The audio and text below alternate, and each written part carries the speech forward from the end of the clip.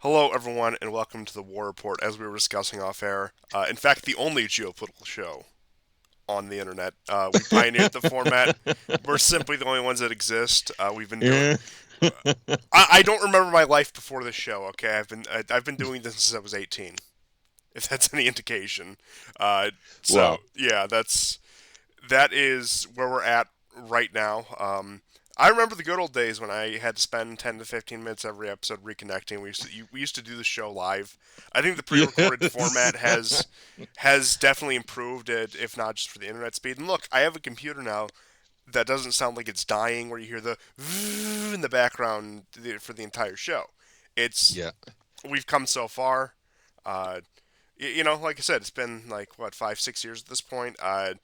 And yeah, I'm very glad the progress. Those of you who have been here and have stuck it out from the beginning, you've paid your dues, and certainly welcome to the newcomers. But I'm just saying there was a certain transformative experience I think we all went through during that. Of course, you'll notice that GSP Yes. is back. He survived his recall to Moscow. I wasn't supposed to say anything, but Yeah. that's where we are. But I suppose we have plenty to cover, so I'm going to stop filibustering here and hand it over to you. Okay. So we'll begin with Battlefront news, and I suppose no place better to start but with a topographical map in the interest of pure autism of the front line around the area of Avdiivka. So it's been nearly 2 months now since Avdiivka fell. So that's the first map I sent you, so you can put that up. And you can see where most of the gains have happened. Um, in the north, around Keramik, the Russians are pressing there as well. Instead of going into the town, you can see that there's a depression where the town is located. So that's not wise, obviously. So you stick to the highlands. Now, to the left of that is Ocheritnie, and Ocheritnie is like the logistics hub for the whole Avdiivka front for the Ukrainians.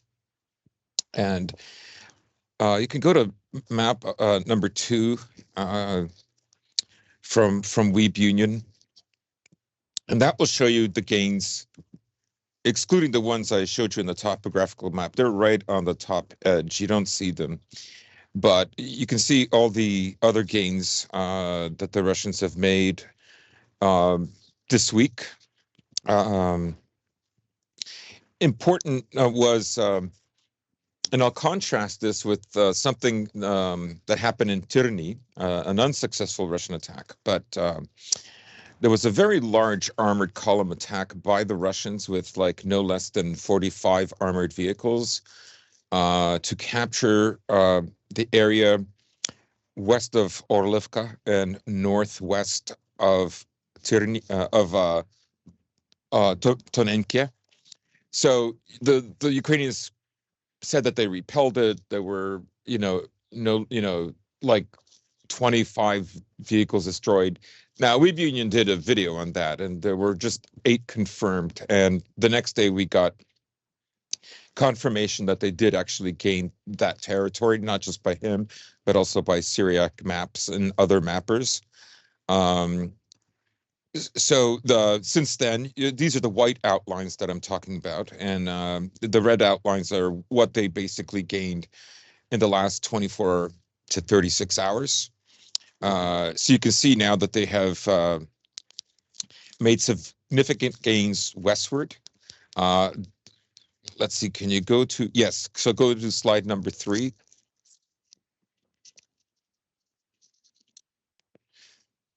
So slide number 3, the Tonenke attack that I talked about, that's the white territory at the top that has been captured. And today and yesterday, it was the capture of the red outline, and beneath it is Pervomaiske. Pervomaiske, the Russians have captured the whole town now. You can see that they're moving towards these water reservoirs to the west. The Russians blew up a dam there, which has caused some flooding. Probably like a good technique, I suppose, to stifle supplies coming in to that area from the Ukrainians to support their troops there. So that's the situation in the Avdiivka front. We can move now to Bakhmut because there's been a significant changes there. So now Oh, the that is Ukrainians took the it fourth back. slide. What's that? Oh, the Ukrainians took it back.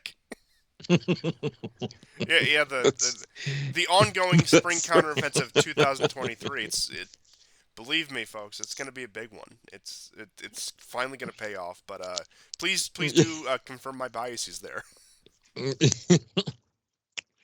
So yeah, if you go to the fourth slide, that those are the gains that the Russians have had in the last week to 10 days. They are moving now. They're on the outskirts of a district belonging to Ukraine, to the town of Chasov Yar. Of course, Ivanivskaya was captured, uh, 3 weeks ago, I think. Yeah, And the Russians, and now it's been confirmed even by Deep State Map to the north, um, of that white outline, the very top, that is Bogdanovka. Bogdanovka has been completely captured as well. I think the theme can, one could say that the Russians have had steady gains since the fall of Avdiivka. Uh, no huge swaths, but all of them like daily gains, and particularly the last 3 weeks, especially since mid-March till now, is you're seeing constant steady gains. If you look at the slide that we're on right now, you can see this is a very fortified area, very bloody fighting, both sides using a ton of drones. I've heard some people say that if it wasn't for the drones by the Ukrainians, the Russian advance would be much faster. I don't doubt that. But you see immediately to the left of that, you see a line of trenches. That is along a canal. And that canal is a barrier. The trenches exist both on the east and west side of it. And Chasov Yar is the highest peak in this area. So it's pivotal. It's a pivotal settlement to capture. Um, I'm going to see if I can find a map of what the viewpoint would be if you were a Ukrainian and you were looking down at like Bakhmut and the such, um, at Russians trying to advance towards you. If I don't find it in the next 2 minutes, I will stop. um, and I don't think it's here. It was just a photo, not a photo, but like a screen cap of a of a of a like a Google map. Anyways, let's forget it. Um, it is the highest peak there. So not far from the Bakhmut area, there have been more gains. So this is the next two maps. The one that you see, the red outline that provided by Weeb Union, and it's the same territory that you're going to see the map below it, which is with the yellow lining. I guess that represents Lugansk before the Russian SMO. This has been a very difficult spot. There is fighting north of it as well that has been a slow grind for a long time. The Russians gave up some of this territory um, when they retreated back in September 2022 from Kharkov, and it's been very difficult for them to regain it. But this territory that I'm talking about is territory that they did not control at that time. This area is just northeast of Solidar, and everybody should know, like, Solidar is just north of Bakhmut. It's almost like I don't know, like a big suburb next to it. I remember when the war in Bakhmut was going on, it was considered like almost, it's part of the same agglomeration. Then the next map I've got is Robotino. Um, Now, there have been no changes this week at all. Last week, there was to the north of Verbove. You can see that that big pot shape that the Ukrainians had made has been completely pushed back. The southern tip that the Ukrainians managed to go down all the way to just on the outskirts of the first line of defense is gone. The edging along the Verbove line of defense, those two lines on the right of the screen, that's gone. And the Russians do control about a third of Robotino now in the southern part of Robotino. So it's not, I would say, for neither side is this a particularly important battlefield. However, one that is actually a very important battlefield is Krasnogorovka, which is also in the Donetsk city area. It is south of Avdiivka, north of Ugledar. It is also on a height, and as you can see, Konstantina, I don't know if you've moved, if you've placed it. It's the slide immediately following Robotino. Yeah, yeah, I got it. Okay, so you can see it's very heavily fortified. The fortifications are oriented in such a way that they expect an attack coming from the east and to some extent from the south. Now, the Russians had control of the southern sector, but they were pushed out by the Ukrainians 2 weeks ago. And then they did a small assault of roughly 6 vehicles armored. I would say at least 2 or 3 of them were tanks, and the rest were armored personnel carriers. Um, if you go to the next slide with the orange and red from Military Summary Channel, you can get a better idea of how the attacks happened, because they were in 2 separate waves. So the first attack was with 6 vehicles. The group split up almost immediately into 2 groups of 3. One of them entered into the southern outskirts and began fighting there. The other one pushed more westward. 2 vehicles were taken out. There is video footage confirming that there were at least 4 wounded or dead Russian soldiers. You see the Ukrainians using the FPV drones on them as they're lying down. And then the attack resumed a second time, except this time with 4 vehicles. So that could mean maybe the 2 armored personnel carriers that were taken out were destroyed. So that left them with 4. Nonetheless, they attacked, and I suppose that threw the Ukrainians off a bit, and it's what allowed the Russians to gain a foothold into this southeastern section. They've control now. They have control of some of the trenches and the dakias. The video was very rough. It was a Ukrainian video. I mean, all these videos generally are extremely blurry, and they're heavily edited, so you don't see anybody leaving the vehicles. Each side, for propaganda reasons, is only going to show you the best parts of the video, right? But that area was taken. That's what that long red outline is. So that's Krasnogorovka. And then we come to the last section. This is in the Kremenaya front, south of Kupiansk. And so there was an attack that took place in March. On April 4th, Weeb Union had a video of the attack. And the Russians attacked with 6 armored vehicles. All the vehicles were damaged or destroyed. And in the video, he shows the Russians getting out of the vehicles and running away.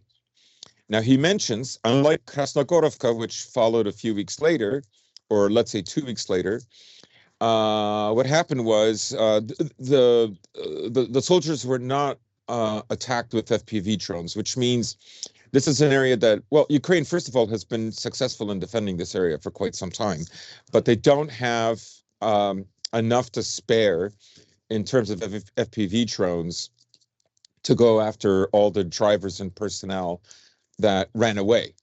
Uh, so Krasnogorovka, Donetsk, you could argue, is a much higher priority for them.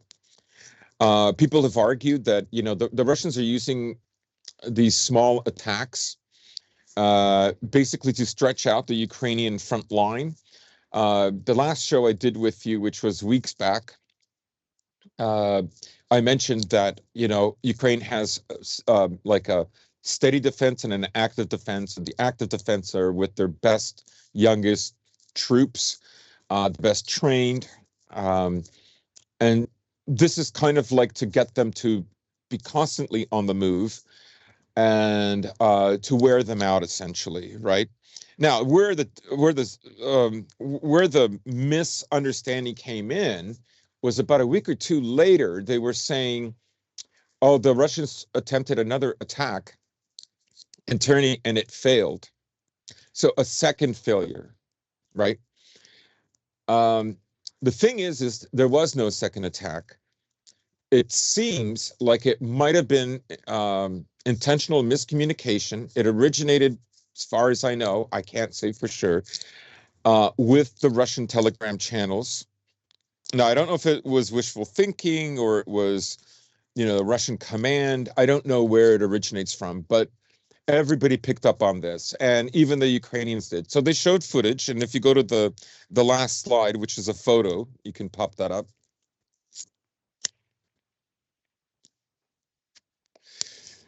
Of a Russian T-72 modified tank. So this is, by the way, that logo that you see at the bottom with like the flower logo, that's the same one that had video footage of the attack on the Krasnogorovka. Okay, so I watched that video that was produced by a Ukrainian Telegram channel, and I went back to the Weeb Union um, YouTube video that he did on the 4th of April, and it's the same video, shot after shot after shot. It's the same video. So there was no second attack. It never happened. And as you can see, the Ukrainians retook some territory that was there. Now, it's we're April 12th now, so that was over a week ago. If the Ukrainians are going to mount an attack to push the Russians even more, it's possible, but I think maybe they've waited too long. I would say like you would want to do it in 3 days, maybe 4 tops. The other thing that you notice about the photo is you've got like all these weird, like electronic stuff on top of it, right?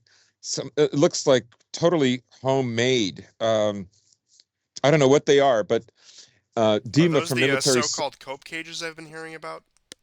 No, it's not a cope cage. These are supposed to like throw off the drones, So right? like a jamming system then. They're a jamming system. That's right. Now, increasingly, there are more Russian tanks that have these jamming systems, but they look kind of like two buttons on the turret on either side of the gun barrel. Okay. I guess they didn't have that. I certainly don't see them here. Dima speculates that the reason that the attack probably failed was these jamming systems didn't work because unlike the attack in Krasnogorovka, even with the Ukrainians shelling them, these guys just did not stop. So if you move very quickly, there's chances are that none of those shells are going to hit you. It would be a lucky hit, even though the artillery has this entire field mapped out. They know this road, that intersection. You're eventually going to get there, but the timing has to be right.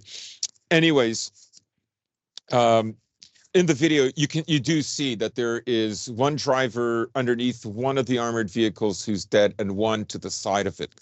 But I'm just saying, like, nobody has corrected this. This is the same video. It's from March.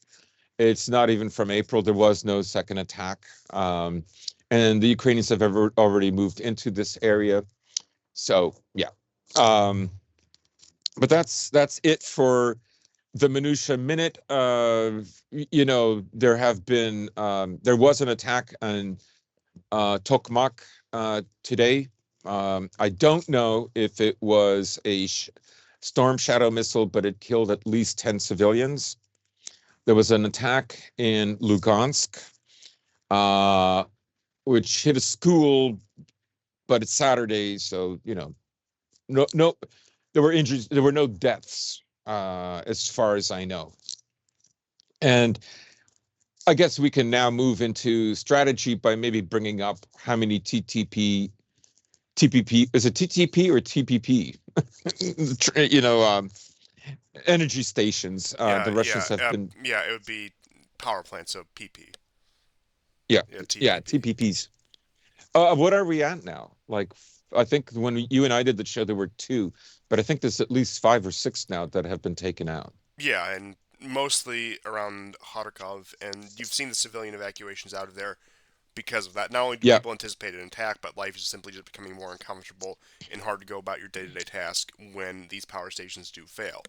And on top of that, in response, you do see the Ukrainians saber rattling around the Zaporozhye power plant again. Yes, yes, there was an attack. Apparently, two were injured. I saw one report that said two dead. This is an area where workers like have their lunch. But to be fair, I only saw one Telegram post that said two dead, and all the other ones I read said injured. But apparently, this was a very serious attack. I think it was on the sixth reactor that was already turned off. Um, of course, the IAEA will not tell you who did it. Obviously, it was the Ukrainians. Why would the Russians kill or injure their own people? They're not, like, it doesn't even make sense with Oh the no, it's headlines. well under Like, the control. Even during the retreats in 2022, they still maintain control of it. And every time since March 2022, you recall they did this in March 22. They did it in mhm. September, October, towards the fall when they were Yes, in talking the about fall. the dirty bomb. They did this last spring as well, back in like March, April 2023, and they're, they're going to keep pressing this issue now. Unlike my original thoughts, I would say everyone's original thoughts, I don't think they're actually going to try to blow it up in some sort of false flag, but I do think it is one of the few levers of pressure they can still pull at this point. Mm. Yeah, I mean, I would agree with that. Dima from Military Summary had an interesting couple of words that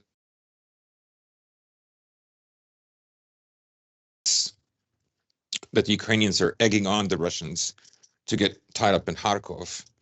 And to elaborate his point further, he said, although the villages are being evacuated, the city itself is not. But, I thought, yeah, but there's those videos of people just streaming out of the city in their cars, right? They've taken up both lanes going east and west, but all going west.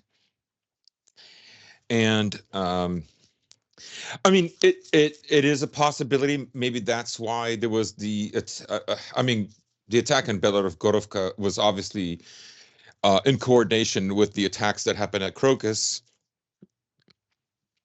Uh, we know now that they were supposed to make it to the Sumy region by driving through Kursk, through the Russian Kursk Oblast, and they were going to eventually go into two different locations that were opening up for them in Sumy, which is like an area in between Kiev and Kharkov. Okay. Um, and then, one of the, so I mean, I don't know if, just to finish my point with Dima before I go to the next thing I wanted to say about recent events in Ukraine. Um, uh, you know, there, to his credit, there are a lot of Russian troops that are amassing close to the border with Ukraine, out north of Kharkov. But you know, they are being attacked with drones. There is video footage of this, right? Um, that doesn't necessarily mean they're going to go for the city. Like the No, city, I think Sumi and Chernigov are completely off limits.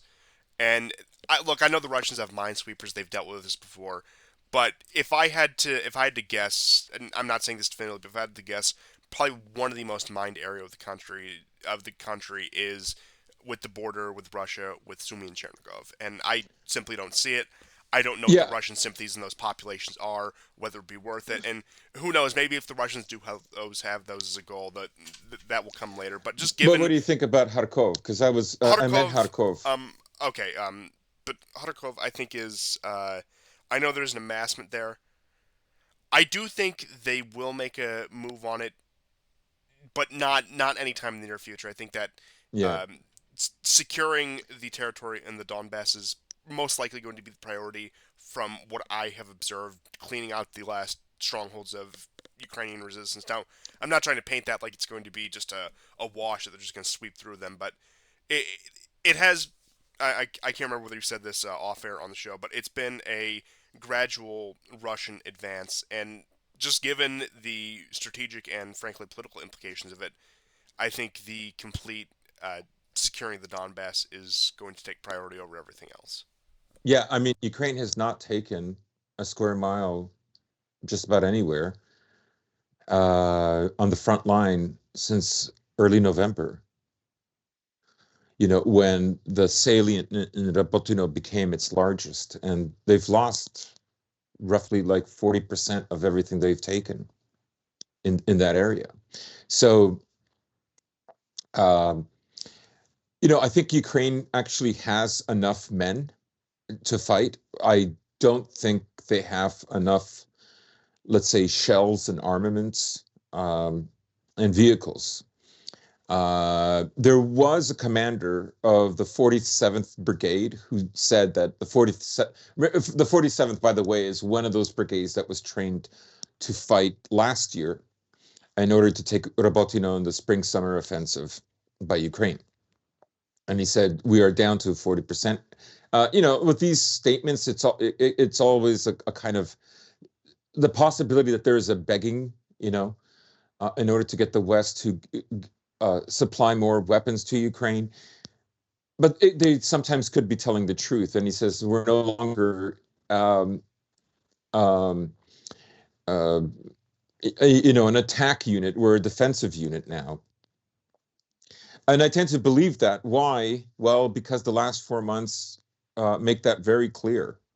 The 47th Brigade of Ukraine now is mostly like a rapid response, active defense in the more in the rear, who goes to the front, much like Azov whenever it's needed.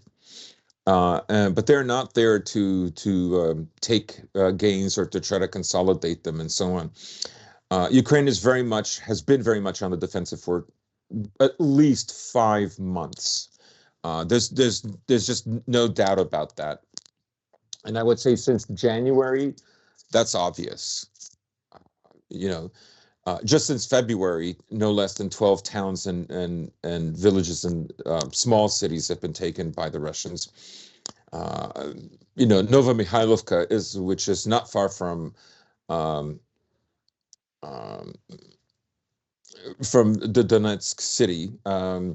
That's a town that's just kind of waiting to fall. I saw a video of an evacuation attempt by the Ukrainians that didn't go very well.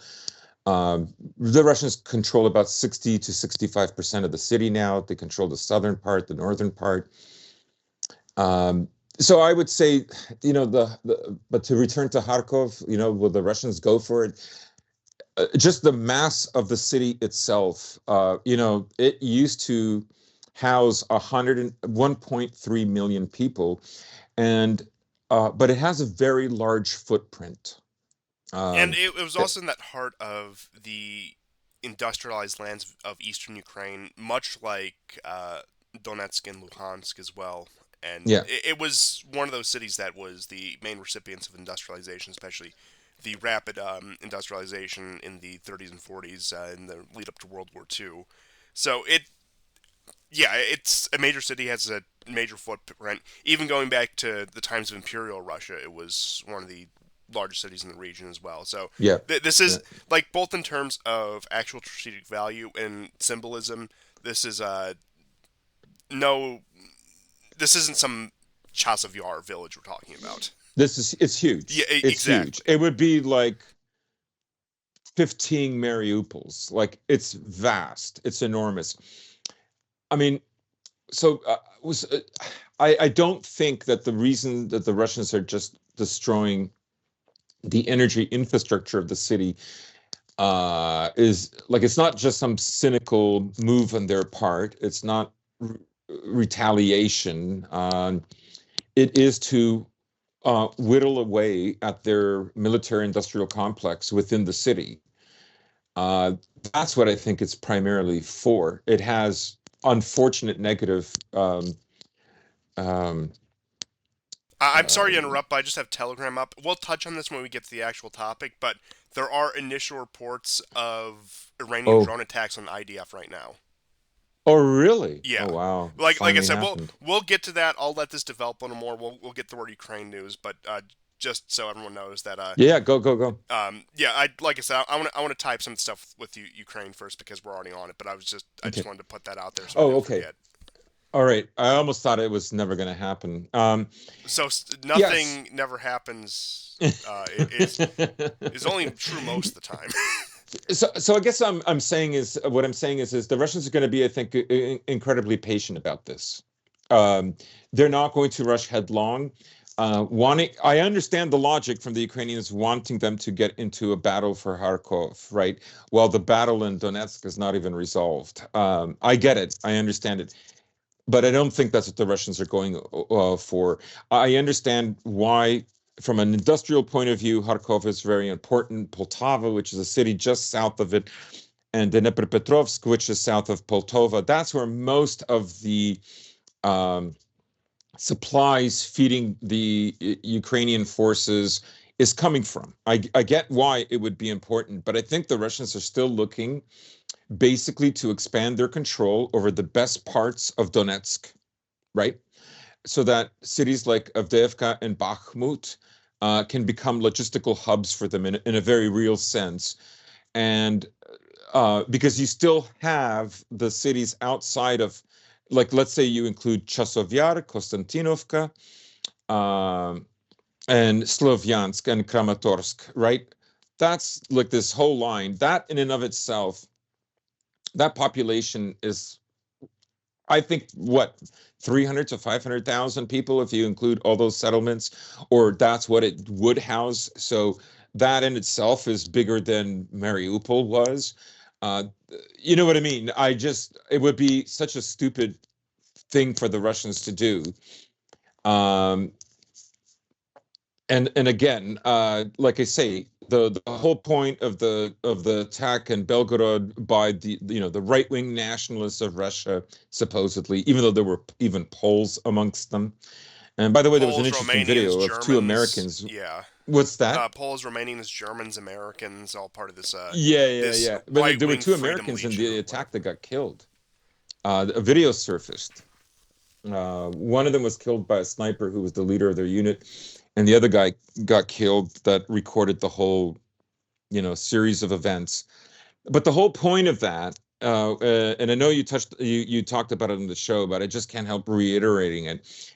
Like it was like the day after, 2 days after the Crocus attack happened, it occurred to me like what they want basically is to create this dialectic between right wing nationalists, Slavic Russians, and non-Slavic Russians, right?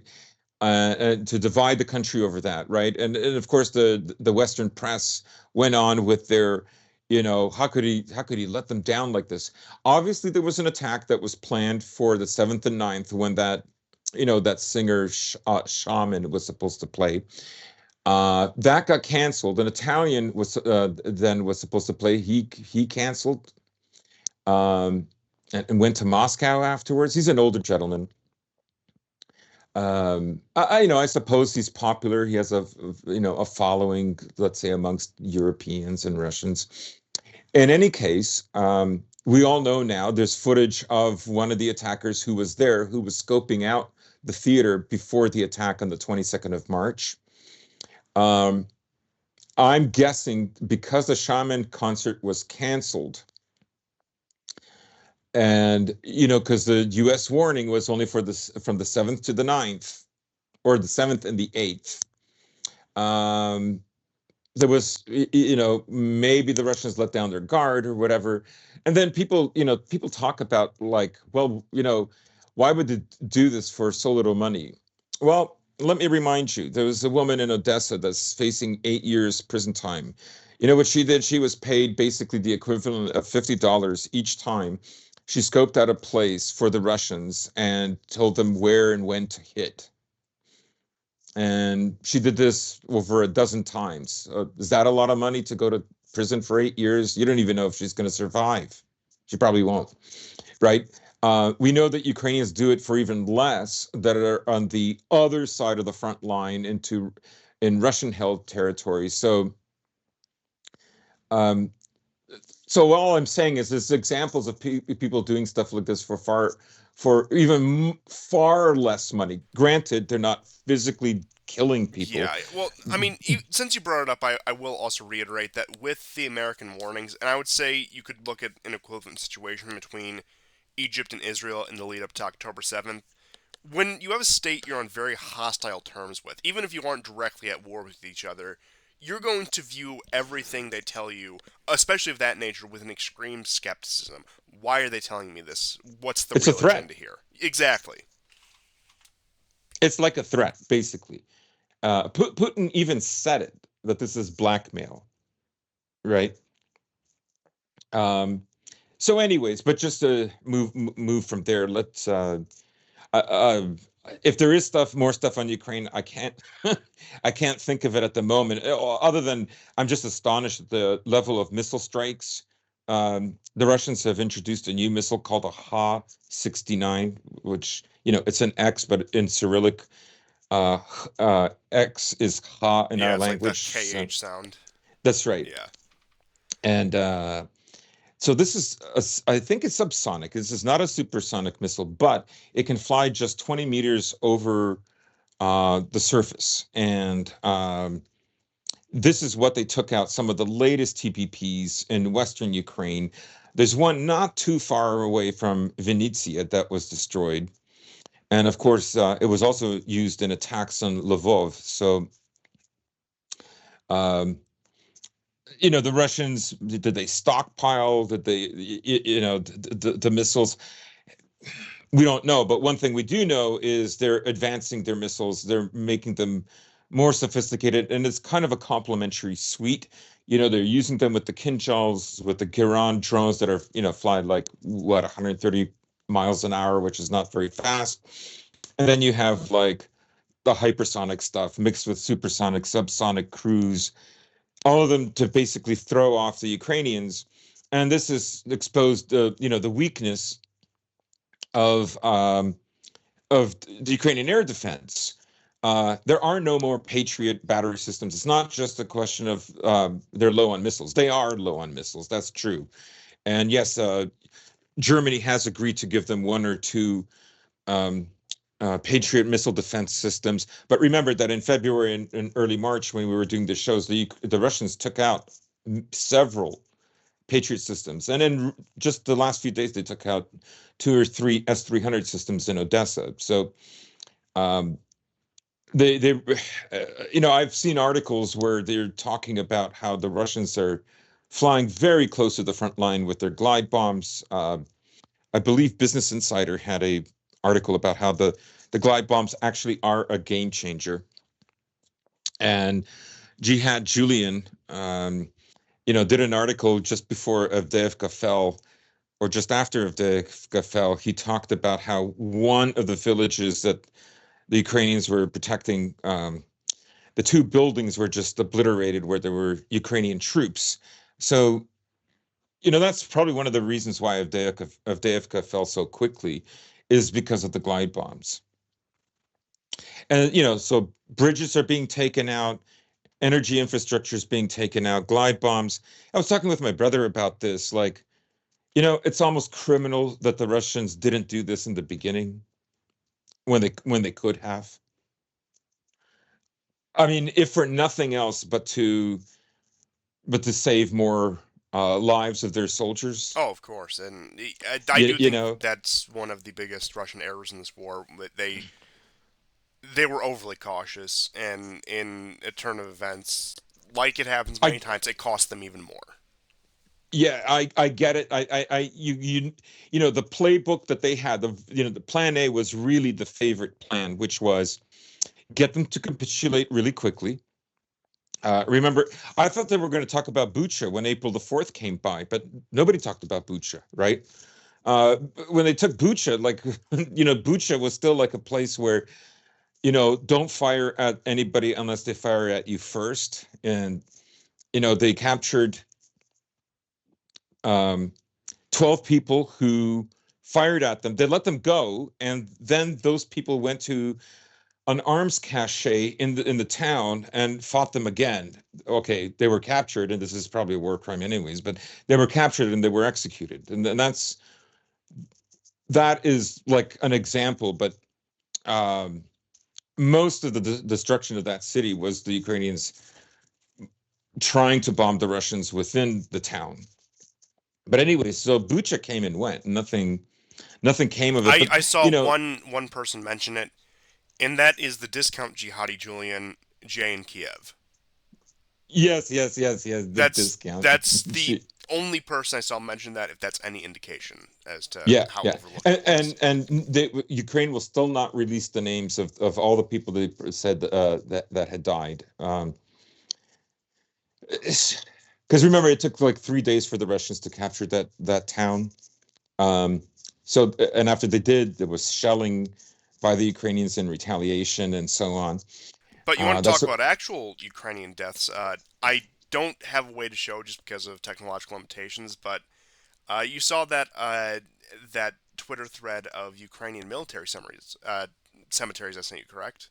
yes, yes, yeah, wow. And look, I know that the official They're casualty even in the numbers. west of the country. Oh These, yeah, the yeah, I saw that as well. Like they had some in Voldin, Venetia. Yep, Kiev Venezia isn't noticed that exactly one. westward, but still far westward of the battlefield. So they are moving these bodies, which I suppose there's a case to be made. Like, yeah, you want to bury people where they were from, but I mean, even in that, like, that's the most charitable interpretation we can give to this. Beyond like, if officially we're being told by Zelensky himself, 31,000 Ukrainian casualties in this war. And Why are they running out of men if they only lost 31,000? that's a good question. And why do they need to lower the conscription age to 25 and eventually to 18? And I know I harp on the manpower point a lot, but I do think it's relevant.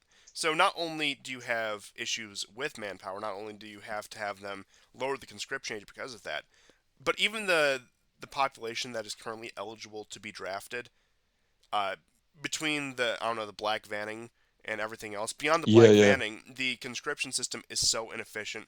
You have several cases of military officers and conscription officers just taking outright bribes. There have been locals who just assault them when they step foot into their town, Yeah, I've which seen some of that. yeah, look, more power to them in that case.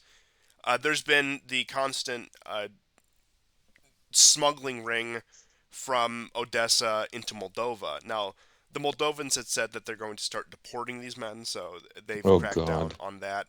But there's also smuggling routes into Romania, Poland, and now Poland's a bit more fortified, as well as Hungary and Slovakia as well. So pretty much anywhere on Ukraine's western border, because the front line is the Russian border, so that's probably not happening. And Belarus and Ukrainian border is so fortified, you're also not getting through that either. But then the other thing on top of that is Ukrainians who are abroad, they are not going to renew the passports of military age men unless they are registered for conscription. So Hmm. you're going to have a case where, especially a lot of these men left on emergency documents, and if they have failed to secure citizenship or even residency in the country that they're in now, uh, they're going to be stateless people because they cannot get access to their documents as Ukrainian citizens. Now, depending on where they're from in Ukraine, depending on the politics of the situation, I know that the Russians have constantly pushed for a more open visa regime and passport issuance to Ukrainian nationals. But I can't. Maybe I'm have too narrow a view of the situation, but I can't imagine many Ukrainians in the West at this point swallowing their pride and applying for a Russian passport. And I don't know how bad the situation on the front would have to be before that happened, because all the ones who would have done that are probably just in Russia at this point anyway. And but they are in the push for more manpower. And of course, there was the speculation that they're going to begin the conscription of women into non combat roles to free up forces, to free up the men who are behind the line. Because, and I think this one, I was listening to a few things on this week. The main one was History Legends put out a new video, which, as always, I would certainly recommend. He breaks down the numbers very well in that. But a large issue with the AFU at this point is how many men you have in the AFU in non-combat positions, whether that be in logistical, bureaucratic. But point being, all these things that you need to operate a war. The old tooth to tail ratio. I know in the U.S. I think at this point it's 10 men behind the lines to supply one infantryman. But like I said, I don't know the exact numbers, at least on the Ukrainian side for that. But once again, when it comes to a war effort like this, you need to have a very well-oiled machine to keep the front line functioning. So you're going to need a lot more guys behind. And the thought is they're going to begin the mobilization of women to fill those roles, so they can free up every man they can for combat. Now, I know talk of it has also fizzled out, but there's also the speculation that a quote-unquote multinational NATO coalition was going to secure the border with Belarus in order to free up those forces. And there's been talk of freeing up those forces anyway, because they don't expect any sort of move out of Belarus, which, frankly, I don't. I think it would be far more of a headache. I don't think that's something Lukashenko is going to risk right now, despite his rhetoric. I know he's saying that we're preparing for war, but you have to keep in mind what kind of character Lukashenko is. Like, this, once again, you need to consider the source of this information here. But like I said, the only realistic things the Ukrainians can do, unless they do want to start blackvanning every man who looks over 18, is they need to free up those troops that are guarding the Belarusian border, and they need to leave that flank open, with the possibility that the French and the Germans aren't going to secure it for you. Yeah, and I did see that video by History Legends. It was very good. I've heard some estimates like seven is the number of people that are needed to maintain Ukrainians at the front. Um, I mean, it's honestly, this is a very propagandized war, even though that's the nature of many wars or And all knowing wars. all the graft and corruption in Ukraine, there's probably a lot of men behind the line that do not need to be there. Right, but they also have a lot of volunteers too, guys who are definitely not fit for battle, but can probably work in a factory, can probably drive a delivery truck and so on, right? Um, but yeah, so I don't know. I guess the Russian strategy was for a quick capitulation that they would understand, but it didn't go that way, and I think they held out for that for very long. And when you look at when they did their partial mobilization, which was basically 3 months later than what the generals were telling Putin, that also seems to support my case.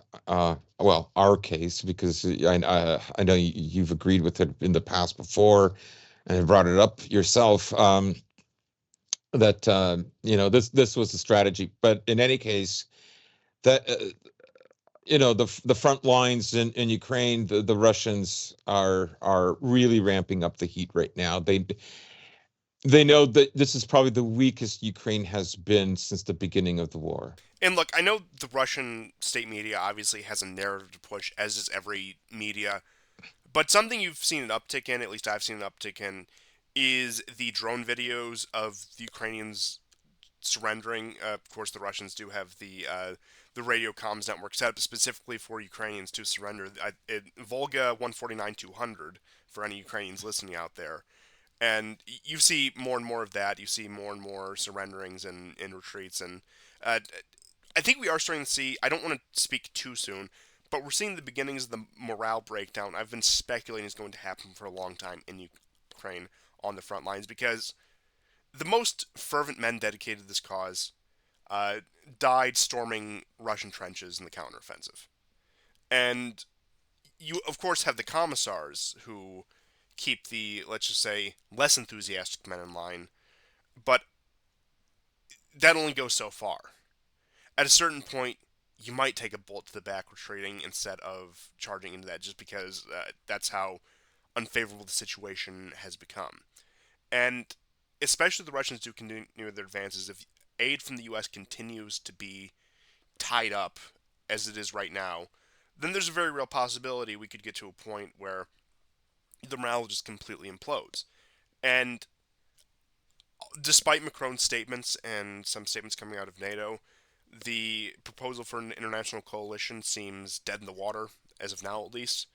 I don't know, maybe they'll drum up some sort of atrocity propaganda in order to reinvigorate this movement. But I don't see that happening right now.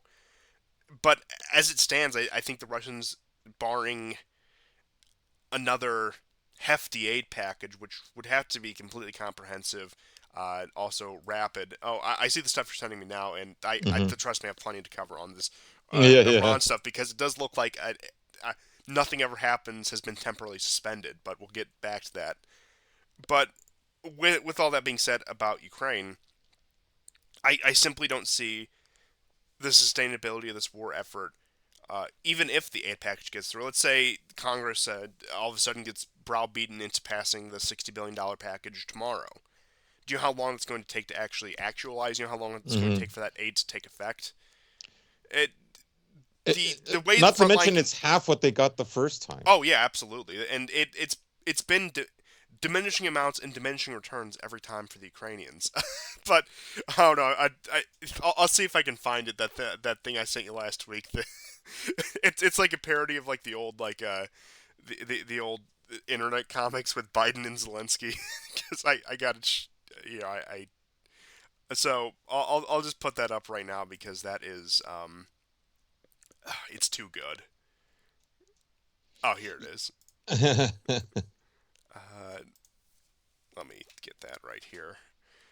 Like I said, I will get to the Iran stuff because this is like something that's happening in real time as we're recording here. So let me just. But I just want to show everyone this. You've all of you have probably seen this already, but let's shrink that down a bit because I think this is probably the perfect encapsulation of of what the American support for the Ukrainian war effort looks like right now. And you know, Biden's been silent lately. You haven't heard much from him. It's, yeah, it's. I mean, just in general. Like, I know you have the collapse of the Baltimore Bridge, which I didn't get a chance to touch on, unfortunately. But after that, it seems like he's gone radio silent. And I know that they want to keep him out of the spotlight as much as possible, it being an election season, where he's going in with already a marked disadvantage because of just everything over the past 3 4 years.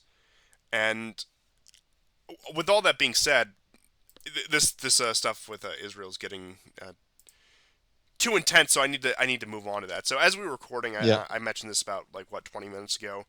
There were yeah. reports in Iraq that Shahed drones were over the skies heading towards Israel. And the Pentagon just had a press conference. Well, they just released statements. They haven't gone to the full press conference. I imagine they will probably at some point tonight, saying that, quote, Israel's under attack. The head of U.S. CENTCOM has evacuated Israel. There is Israel government planes in the sky. Some may speculate this is the so-called Doomsday plane that goes up whenever a country's under attack. For example, That's this right. this was up on September 11th. That like high-ranking officials will go to uh, these like AWACS aircraft and have like a airbound command center from there. So there is that. Hezbollah does is allegedly joined in on the attack right now because um, there are response raids into southern Lebanon by the IAF as we speak.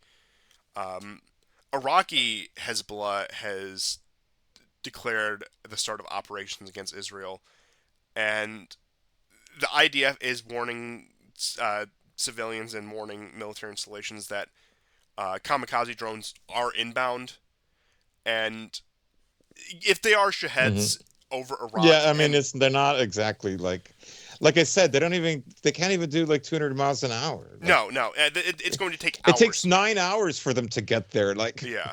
And like I said, I don't think these are the only attacks they're launching. These are probably just to tie down the air defense. That's primarily what you've seen a lot of these kind of drones used for. Like going back to like 2018 in Syria when the rebel forces were using them, in Azerbaijan when they were fighting with the Armenians. So the Shaheds are part of a combined attack. Rarely are they used as their own. Uh, the reports are going as of now. The Jordanians have closed their airspace. The Yemenis have closed their airspace. Just moments before this, Ben Gurion Airport said they're grounding flights for 3 hours. So, like I said, this is the first time because we usually record the show much later. We're recording in the early afternoon right now, which means we'll probably be up the night of. But this is actually a developing situation right now. I'm like I said, I have the Telegram chats up. I'm watching this all happen. So I'm just going to. It's look.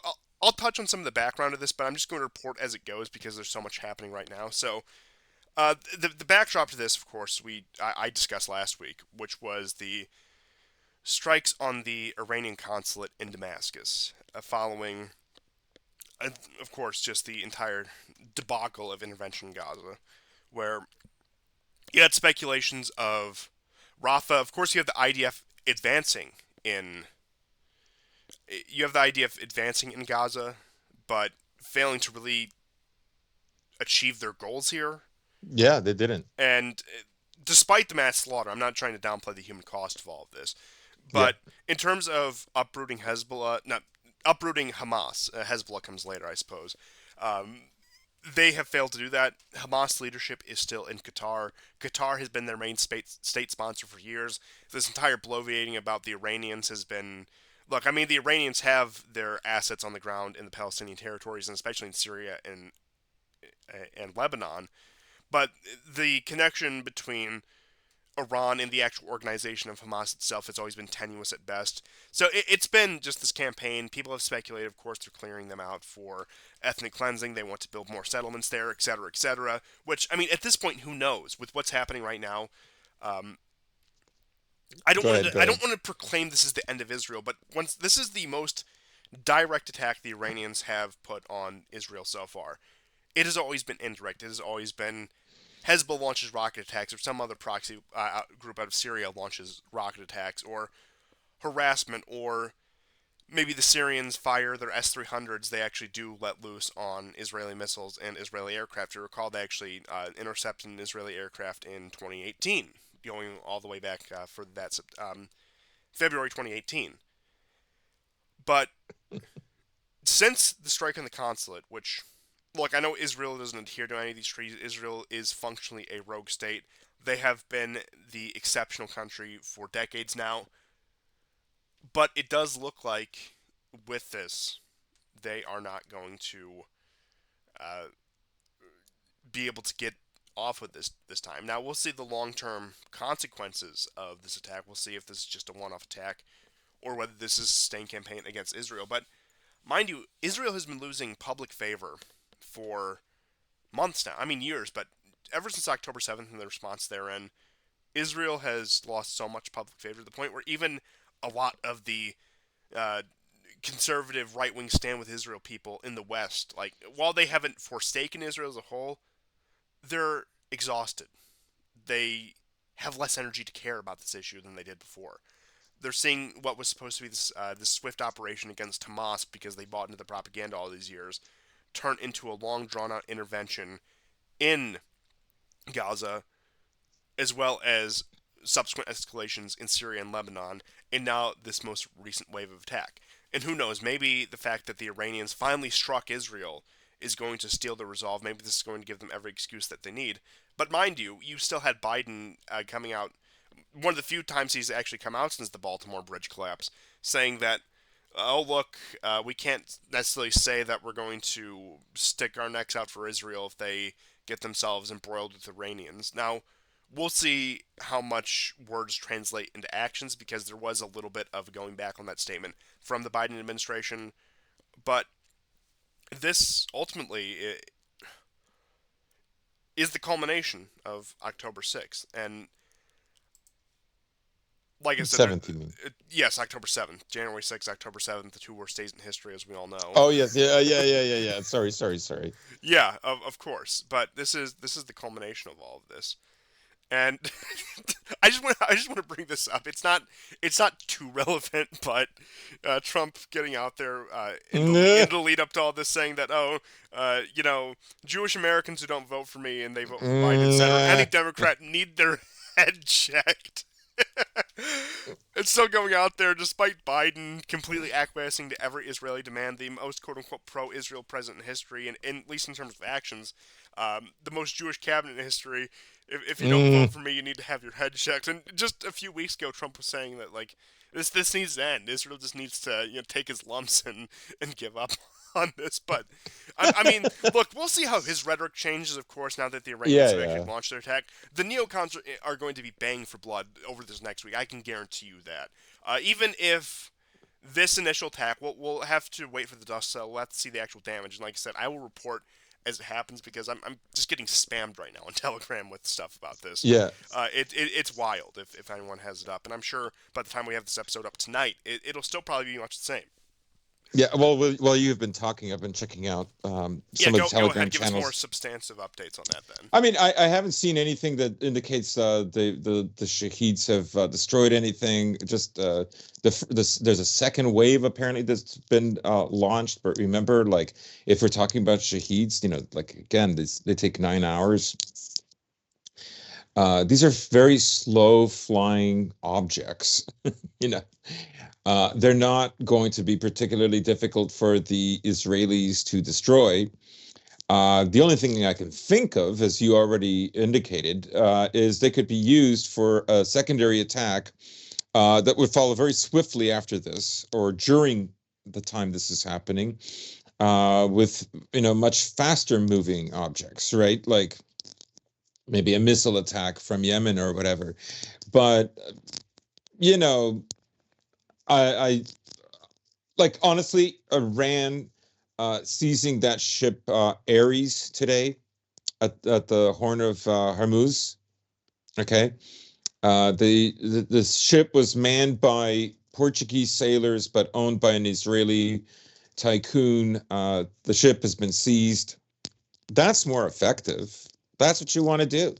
You want to worry the Americans using the Persian Gulf.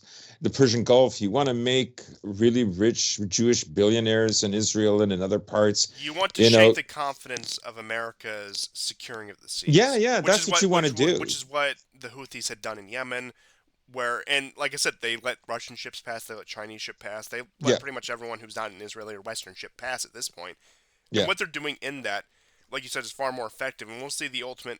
Like I said, we will see the ultimate outcome of this current wave of attacks, but degrading America's, We'll keep an eye on it, yeah, but so far there's nothing major happening. Honestly, like the small missiles and mortar attacks by Hamas was far deadlier and effective. I mean, their munitions like actually took out an entire room and balcony off of you know a residential high rise in Tel Aviv, right?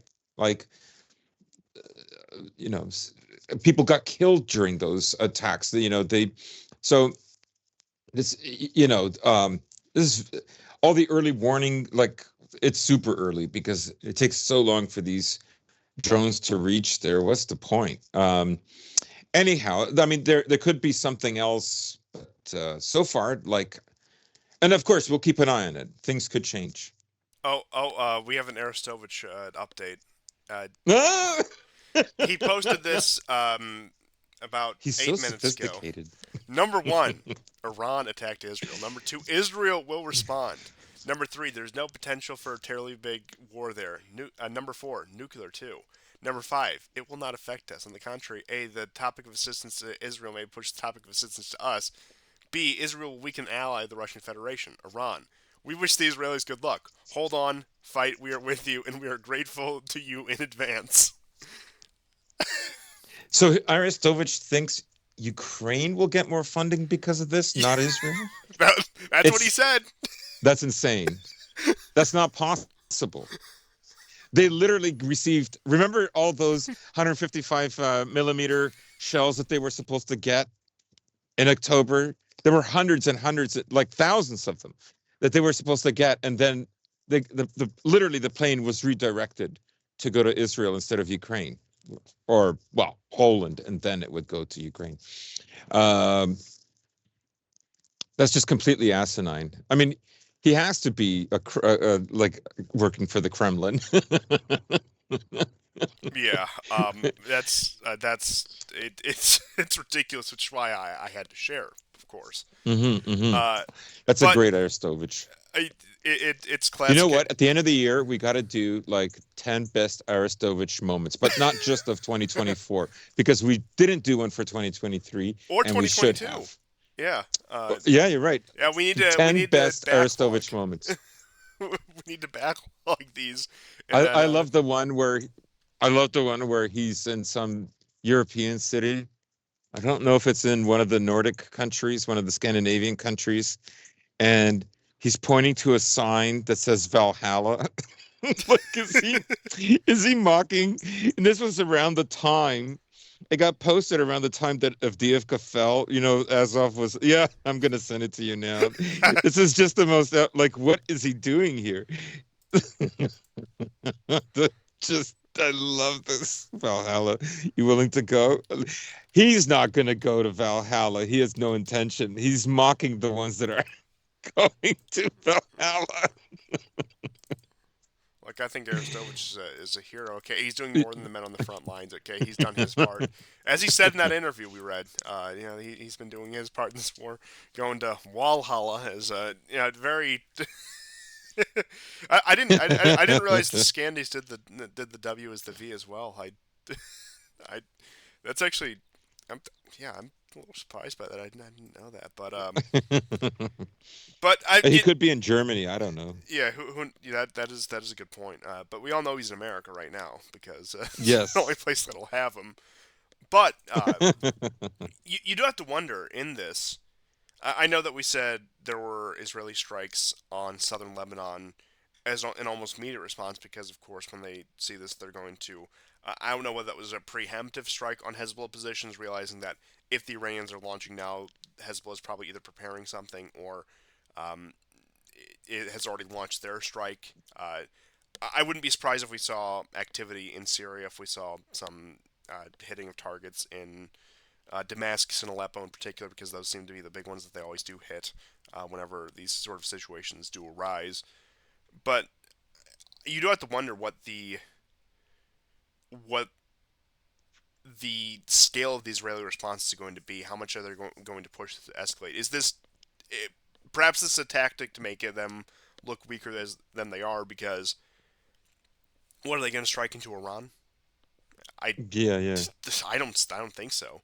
Like I said, the most I can see is they hit southern Lebanon and parts of Syria, but uh, I like it. Yeah. It doesn't click that they're going to hit Iranian targets, and like I said, perhaps that's the point. They know that they won't strike back. A little bit of a flipping of the narrative on its head, where it's usually Israel is making the aggressive attacks and the Iranians are staying their hand, and perhaps it's going to be the opposite this time around. But like I said, I mean, if Netanyahu wants to have his big regional war, this is his moment. And I don't know uh, what his considerations are. I wouldn't put it. Frankly, he's one of the few people I wouldn't put it past him to escalate the situation either further than it needs to be. Of The course, thing is yeah. Go ahead. America will not look at this as a reason to get into a war. No, no. America does not want to get into a war with Iran, even if Netanyahu wants to prolong his political career, because that's what this is, right? He did. Absolutely. I mean, the strike on the consulate, like just from a strategic point of view, I get it, was actually very successful because he not only took out like Soleimani's replacement, but he took out like two or three of like his generals, one of them who overlooks the situation in Yemen, the other one who overlooks the situation in Syria, and I think there would have been another one who overlooks the situation in Iraq, right?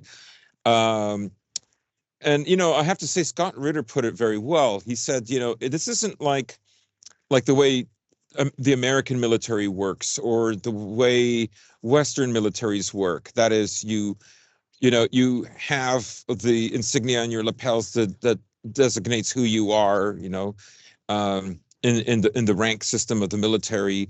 And when you leave, somebody else gets that, and you're replaced, and you do what you're told, and so on and so on, right? um, Iranian culture, Eastern cultures, particularly in this part of the world, they require a time to get to know the person, to build trust. Um, and like there's always decisions that are risky that will have to have sacrifice built into them, in order to gain success, that have danger. So that's, something worth considering. I thought that was a very interesting point that he brought up. So there's no question Netanyahu, did a very strategic strike, and it fulfills two agendas of his. One is to prolong the war, and two, it's to hurt Iran, right? But these shaheeds are not going to be like what America is going to get in a war with Iran over. Um, First of all, America isn't like, they're working from the premise that if the war starts, right, there's going to be such a massive rebellion against the Ayatollahs, and they're going to overthrow them. It's like that's not going to happen. No, the narrative has not changed since 2003. They said the same thing about Saddam. They said the same thing about every intervention they've gotten involved in. Yeah, Excuse me there, but yeah. they, I they've mean, said even the the same thing Russians over and thought, over like, again. if 2-3 days after there were missile attacks, like in February 2022, that like the Ukrainians would cede, or at least some of the areas would cede. I don't think the Russians thought the whole country would. No, obviously, but that would force Ukraine into a kind of a civil war, right? Anyways, they didn't get the capitulation they wanted, um, and it won't happen with Iran either. Now, I will admit, Iranian society is probably, you know, it is maybe more fractured, but they're poorer, they have less means, but that doesn't mean that they won't rally around the flag. They will. And this will not produce it's kind of like Americans, the strategists thinking like, oh, we're going to get the Russians to have internal ethnic disputes because, those RDK guys that attacked Belgorod, they're not so bad. They want to rescue Russia from the evil Tajiks of the East, or all the immigrants, right? It didn't work, and it's not going to work. For something like that to work, the country already has to be in like a near breaking point. Yeah, and frankly, in my opinion, what has been keeping the Ayatollahs in power, what has been keeping this current regime in Iran in power, is the fact that it does have such an adversarial relationship with particularly the U.S. and the Western world, but especially early on with most of the world at that point. Because I'm not saying that inside every Iranian is some modern 20th century liberal, but I don't think they are nearly as devout Muslims as, say, you would find in some places, like certainly in the Gulf states, or in even like Iraq or some parts of Syria or Lebanon. But I do think what has steeled them and what frankly brought them to power in the first place was a drive of national interest with Islam, although of course they do have Islamic laws, that being a backdrop to it. And I know that before Soleimani was assassinated, there was a lot of speculation that he was going to run for president and that he was going to uh, Mm-hmm. replace what was his name? Not Raizi because he's the current one, but the one before I Raizi. remember. The I forget his name as well. Yeah, that's how much irrelevance he's faded into. But and in my opinion, that's also a large reason why they assassinated him is because they didn't want him in a leadership position more than he already Yep. was. Because I do think that in many ways he could have he would have been a much more nationalist than say an Islamic or religious figure at that point. In which case, much like we see with American foreign policy throughout the latter half of the 20th century, They tended to fear the nationalists more than the devoutly religious Muslims. That's why they targeted Saddam. That's why they targeted Assad, and still do. Um, I know Gaddafi was a little bit of a hybrid between the two. That's why they also pushed for the Muslim Brotherhood in Egypt. They didn't like the nationalist movement that cropped up there. And you look at the history of Israel, most of wars they fought. Of course, I know that in the initial war, in the 48 war, you had the Gulf monarchies participate, but most of the actual conventional military opposition from Israel came from these more nationalist regimes. And Hmm. I do think much in the same way. I know the Iranians are not Arabs, and there's quite a wide gulf there, not just the Persian Gulf, but just culturally speaking. In many ways, they do fear that as well. Now, I'm not saying that that they would be fine with Islam if it wasn't for that, or that Islam is some sort of fanged religion. But I do think that just given the dynamics of how the two operate, and uh, a lot of people like to, not even purposely, but just subconsciously, view this with a Western perspective of the relationship between Christian church and state versus Islam, which is a much more political ideology in and of itself. But like I said, I'm getting off on a tangent here. But I do think ultimately, yeah, Israel has painted itself into a corner. The Iranians are not going to abandon the regime, regardless. Like I said, there might be some murmurs of discontent, but ultimately, people are going to feel a much more sense of a national interest, much more sense of an ethnic and national solidarity versus any internal issues they might have. In fact, we saw much the same thing in Russia, where some of the more liberal-minded people even also rallied around the flag at the start of the war, and you had people who maybe weren't the biggest supporters of Putin, had grievances with him, have more or less accepted that, at least for the sake of the war effort and for the sake of national unity, I'll take what I can get here. So Hmm.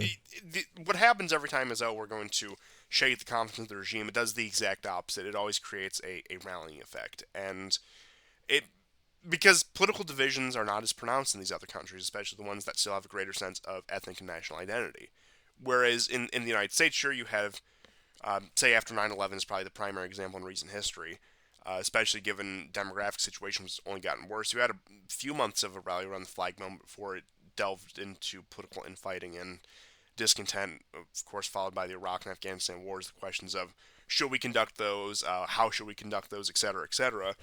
But like I said, I know there's tighter social and legal controls in these countries, but there, I don't think that downplays the fact that there still is an overarching sense of national identity they can still draw on when these kind of crises happen. Yeah. Yeah. So it's not going to work. I mean, one of the reasons maybe I mean, obviously the Americans and the Israelis are goading the Iranians to do this for several reasons. One is they know it won't be that effective given the distance. Two um, is because, well, from Biden's point of view, if the war morphs into a war between Israel and Iran, people will forget about the Gazans. And remember that, like, this is a delicate time. Israel has destroyed their Holocaust narrative. And they're about to sacrifice the red heifer on top of it all. Yes, why don't we get to that? That was a yeah. So allegedly, the um, Jewish religious authorities. I'm not sure whether this is the overarching because, like I said, Judaism, especially, I mean, even in Israel, doesn't have the overarching structure that you might see in, particularly Christianity and Islam, where it is a bit more decentralized, just on the whims of individual rabbis and whatnot. But it was alleged that they were preparing a sacrifice for the red heifers, and of course they were importing these genetically modified red heifers from the United States. Now, of course, they are red; that is the That's color. kosher. Uh, they were grown in Texas, well, so Ooh. they raised in Texas, so it was ultra kosher. No, all the Texans out there, Typical especially cringe. listening to this program, I'm sure you can sympathize with some of the let's say some more absurd elements of Protestantism in your state. In which case, you have my full sympathies. I don't mean to mock you as a people too much, but but no, don't. So yeah, just like I said, no hard feelings there. But getting to the to that, So they contract out these genetically modified red heifers. Mind you, Israel is about like, let's see, this year it will be 76, 77 years old as a state. Yeah, 76 years old. And I know that somebody, I think it was actually E. Michael Jones who did the math on this, going back, citing that the Israelite kingdoms in the Old Testament never lasted more than 80 years. It was usually between 75 and 80 years in which they would have their collapse and fall under judgment. So I don't know. This could be the case, and there are. You also do go through the case in history every time that they have tried to rebuild the temple and do the sacrifice. Probably most notably under Julian the Apostate, like going way back to Roman Hmm. times. It just never works. There's always some sort of cataclysmic event that prevents it from happening. And I don't know, maybe the Iranians are the cataclysm this time, but they were planning on doing their sacrifice on April 22nd, which would have been uh, the Monday after next. And who knows if they would have actually gone through with it? And I don't know, maybe it's the acceleration they're going to take from this. But the joke I've made several times, actually the two jokes I've made several times, is we finally found out what happened to anti-Semitism. Cow number one. Number two, the Iranians will scuttle the red heifer. I mean, it's also speculated a large reason behind Al-Aqsa flood, which was the um, which was the Palestinian or the Hamas name for the October 7th attack, was that they wanted to prevent the destruction of the Al-Aqsa Mosque. And I do think that is a real question. I do think there are eschatological considerations to take into consideration here, even if, let's just say, you don't believe in any of this. You have no religious affiliation. You think that none of it's true. I don't think you can downplay the influence of these elements in this right now, in terms of how it influences both sides to act. Now, like I said, I certainly take these events with some degree of significance. I'm certainly not a dispensationalist or Christian Zionist who think that this is some great time, but I know that uh, the usual group's up to their shenanigans. Let's just put it that way. And Hmm. I do think that in large part, a lot of this escalation, perhaps we'll get behind this, the reason for today, I don't think they'd outright say this, is the fact that uh, they do see this as some sort of, I suppose from a Jewish point of view, fulfillment of prophecy, or Islamic point of view, aberration of prophecy, and also in degree of fulfillment if you get into their end times beliefs. But uh, I don't know. Has the genetically modified red heifer sacrifice been canceled by Iran? Is what I want to know. That would be hilarious. I'm sorry, but I know this is off topic. We No, don't go I ahead. Go I ahead. don't expect it to dwell on it. Hang on, let me find it. I found some more cringe, some more Valhalla cringe. Oh, please It's do. so Please good. do. Okay, just give me a second. I had it here. Darn it. It's so ridiculous. Oh, but in the meantime, while you find that, Hmm. Israeli Channel 12 reports that IDF is carrying out a massive attack in the heart of Lebanon. Not just southern Lebanon, but the heart of Lebanon. So it does look like they're pushing into full escalation here. Yemen has closed its airspace. Allegedly, they have also launched missiles. The Jordanians are reporting that they are going to intercept any missiles and drones that do fly over its airspace. In which case, I mean, Israeli air defenses, despite their gaps and their flaws, certainly have the capability to intercept projectiles over Jordanian airspace. So it's not any surprise. We found more. We found more of Valhalla. So Valhalla speaks yeah. Ukrainian. Is Uh, this what Arestovich meant? you know what? I think he did, because I'm this so glad I held on to that. I would look at it once every few weeks and just laugh. Valhalla speaks Ukrainian. It's just so cringe. Yeah, we was the Rus. We was Kiev and Rus. But yeah, um, yeah. That's I like I said. I don't want to dwell on this too long, but and I've pointed out before. every Ukrainian claim to Kiev and Rus is also accompanied by an undermining of like any sort of Rus identity, where they change the name of. For example, I know that they were tore down the statue of Saint Alexander Nevsky, who just a few years ago they were claiming was Ukrainian. And like this is the logic of these people, uh, yeah, all these great Russian figures were actually Ukrainian, but we have to rename everything named after them anyway. That- Because we need because Valhalla speaks Ukrainian. Yeah, that's you know what Odin says. Stand with Ukraine. Okay, Odin says trans rights. Odin says stand with Ukraine. This just in. That's an exclusive news report from CNN. Don't ask me for my source. I'm a journalist. I'm under no obligation to provide such an outrageous substantiate such an outrageous statement. Okay, so that's how the world works with us journalists. Uh, but no, thank you for that. And I mean, there's still so much you can speculate with this Iranian attack. Like I said, I don't think it will be a major escalation, but I do think it's going to become possibly a semi-regular thing where the Iranians now do have the capability to prod Israel, much like Israel prods the Iranians. And I know that it's been like that, but it does seem like the capabilities are becoming more comparable.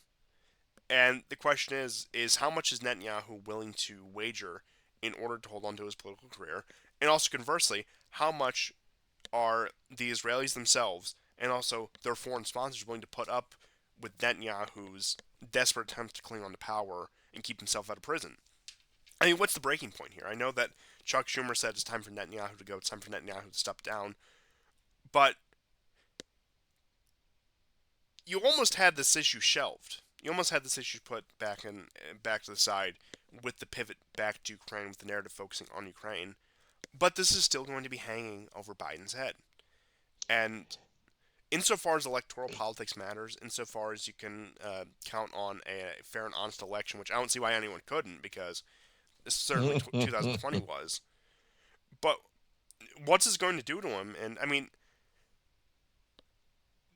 I I think people underestimate that. They think, oh, there's not that many Muslims in the United States. But even if Muslims and their sympathizers just abstain because clearly Trump isn't going to be the better option here, uh, I think Michigan, number one, Dearborn, largest Muslim population in the country, major swing state as well. If they stay home, I mean, group that votes overwhelmingly Democrat, if they hold their votes, if they abstain in this election, that could tip the scales, especially if we're going to believe how close it officially was last time, the razor thin margins.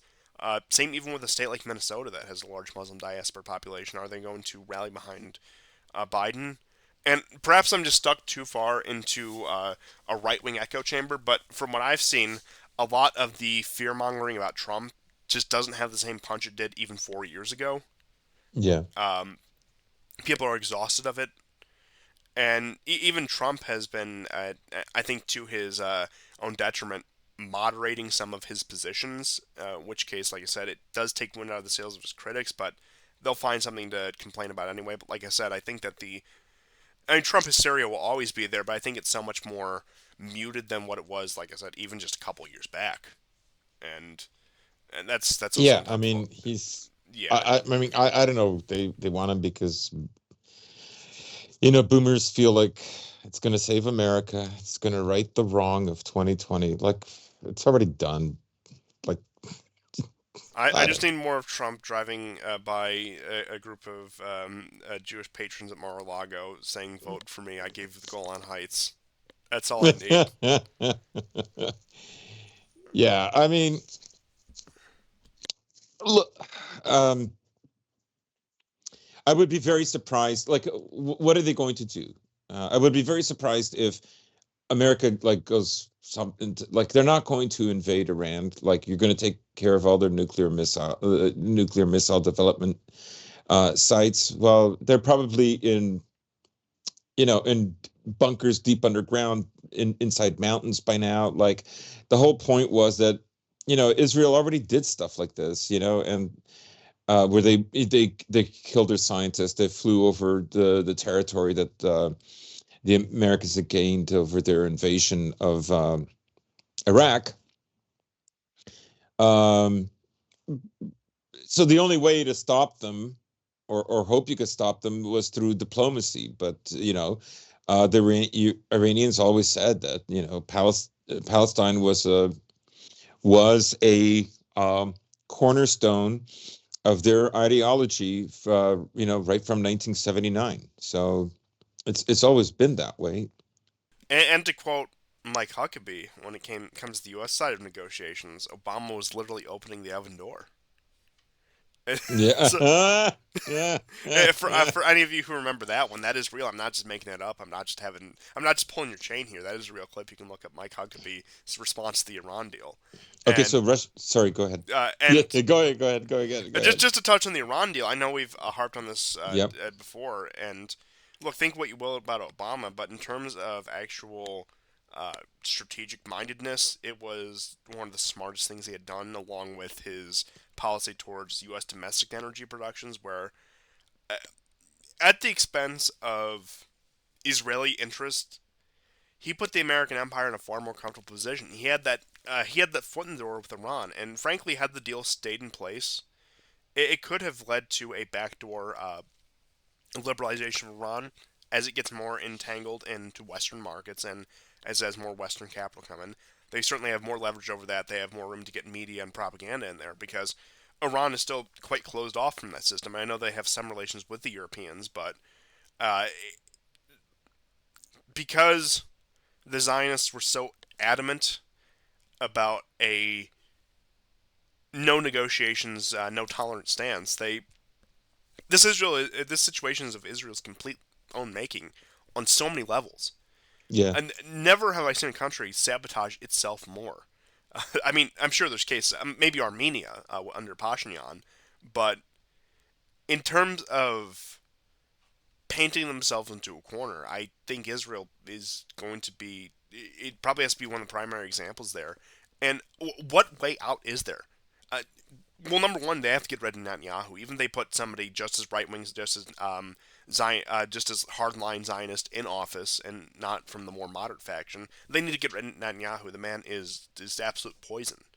Uh, hmm yeah, don't worry, he won't go to prison. He'll have his nice retirement. He'll hang out with all of his other Jewish retiree co-ethnics in Florida. That's just given. This man is not going to face any consequence for anything he's ever done. Even Brandon is going to and I mean he's already a U.S. citizen, so it's not even like he has to be granted residency. He lived in the United States for like 15 years. He went to school here. He graduated here. I think he even got a college education here. So it's not exactly like it's a process you would apply for. Not that he would have any issue anyway. I don't know. Maybe the hot new sitcom, hot new reality TV show of the season is Netanyahu and Zelensky become roommates in exile. I would watch that. I would very much so watch that. But like I said, number one, Netanyahu has to go. Number two, they have to moderate their chances. They do have to make concessions. I'm not saying they have to go full rainbow nation like South Africa, but they're going to have to eat their hat a little on the Israeli issue and they're on the Palestinian issue, and they're going to have to at least uh, legally work towards a two-state solution. I'm sure they can start with the process as much as they can there. And truthfully, they're going to have to act like a quote unquote normal country. They're going to have to be subject to the same rules as all of us. And that's not even necessarily a great defense of the current liberal international system, the quote unquote uh, rule of law in the global order that frankly doesn't exist. I mean, I, that exists so arbitrarily than it did in other eras because, I mean, even before, like, you go back to World War One, great power politics, the rules of international diplomacy were actually more well defined than they are now under the quote unquote institutions of the UN and all of this nonsense we have today. But that's a topic for a different day. yeah, But like I said, and that's the very least Israel needs to do in order to get themselves out of this hole. And I mean, the question is, have they just completely screwed themselves? I don't want to go as far as to say that, but I do think there's a very reasonable case to be made for that. yeah. Do you, I mean, I guess we're going to know the significance of this attack better in the next 24 hours. One of the things I've seen on Eva E- Eva Bartlett's channel is someone has posted for the first time since the start of the Gaza war, there are no Israeli aircraft over Gaza. I don't know. I mean, that's great for the civilians there. Does this mean that Hamas gets to regroup? Does this mean that the possible attack on what's the southernmost city of Gaza? The Is one that that they Khan Yunis? no, they pulled out of Khan Yunis. Like Yeah, there's yeah. They okay. So there's Khan Yunis. There's I know Rafa is the one that they were expecting. Rafa. That's the one that keeps saying that Yeah, they're going to go in, right? Then they said, "Oh, we have a date." I mean, okay, maybe they do. But this might change that calculus, is what I'm saying, right? I imagine there are drones that are monitoring the situation anyways over Gaza, but at least this gives a respite for the people there. at the Again, very we'll least, see. it's Now, going I to saw die another down. report saying that Iran intends to launch missiles. I don't know if they're going to do that. The other thing that they are doing now, the Israelis, is they're heavily bombing Lebanon and Well, yeah, like I said, and because they're bombing Lebanon, as we've seen many times before, sites. that's going to carry over into. They're going to start bombing Syria any minute now. I can almost guarantee you that. Uh, and that's how Oh this all yeah, yeah. that's how this recent bout started. They bombed the Iranian consulate in Syria. They killed those IRGC guys, and Hmm. I mean, I don't put it past the Israelis to strike into Syria again. Like I said, I think it's pretty much an inevitability at this point. I'm just waiting for it to happen. But it report of interceptions over Syria as of 4:58 p.m. There we go. From Global Intel Watch. So take that for what you will. But yes, as we were speaking, I just got that report. Of course, more drones in Iraqi airspace. It is it's underway. Even like I said, if this Mm. doesn't metastasize into something greater, it's currently underway. Ben Gurion Airport is a ghost town right now. This is from Rerum Novarium, another Telegram channel. But I was actually listing something.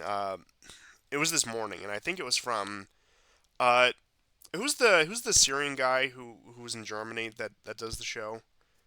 Um, uh, The Syrian guy? yeah, he's like uh, Syrian Armenian Almazian. That's who he is. I don't know. Yes, yes, yes. Yeah, With and the beard. yeah, but I was listening to him this morning, and he brought up a point that I've heard made many times before, and especially with this happening, and who knows, this might play even more into this, that the idea of Israel as the safe haven for Jewish diaspora, confidence has been shaken in that since October 7th. I'm sure we all saw the initial news reports of uh, Israelis saying, "Oh, I'm going back to Germany. I'm going back to the U.S. I'm going back to wherever," and like I said, depending on the fallout of this attack or even the psychological effects of this attack, we could see a continued trend towards that. Where, I mean, much like most well, virtually every Jewish diaspora outside of Israel can fly into Israel and claim their citizenship. Most Israelis have at least the means to get a foreign passport. They Mm. have they have relatives elsewhere, whether that be like I said, in Germany, in the UK, in North America. They have somewhere they can go. That and that's really what it comes down to. And like I said, I'm not predicting the end of the state of Israel, the collapse of the state of Israel, but the idea that Israel is going to continue to be what it is, I do think that mass emigration from Israel over the course of the next 5 years is not only a possibility, but I'd give it a 50-50 chance, frankly. That might be drastic, but like I said, especially if the situation continues to deteriorate at the rate it is now, uh, I I could very easily see uh, Israeli Jews leaving the country in the tens of thousands. I mean, 60,000 have already evacuated from the north, bordering Lebanon and Syria. So, Are they going to come back? By the way, remember the whole Israeli real estate thing I was talking about? Well, and not to cut you off, but how many settlers are still in the Golan Heights? You haven't heard anything about that in years. Yeah. Um, but in Jersey, the governor, who's also Jewish, actually stopped this Israeli group from um, having these meetings of where they would buy land in Gaza, right? I mean, this is a big deal. I would say well over 65% of Israelis want the Palestinians out of Gaza permanently, right? Are they going to achieve that? Now, I don't know if this Israeli real estate group was successful in the Toronto area or not, but they got booted out of New Jersey, and by a Jewish governor, no less. So, um, I mean, I think the main argument why there is in Israel is to stop them from assimilating with non-Jews. Yeah, that's the entire stated purpose of Shabbat Lubavitch, because the diaspora was becoming too well assimilated, and they wanted it was an ethnic revival movement on their part. Of Hmm. course, ethnic and religious, but as it is, it's very much tied up together in the case of Israel.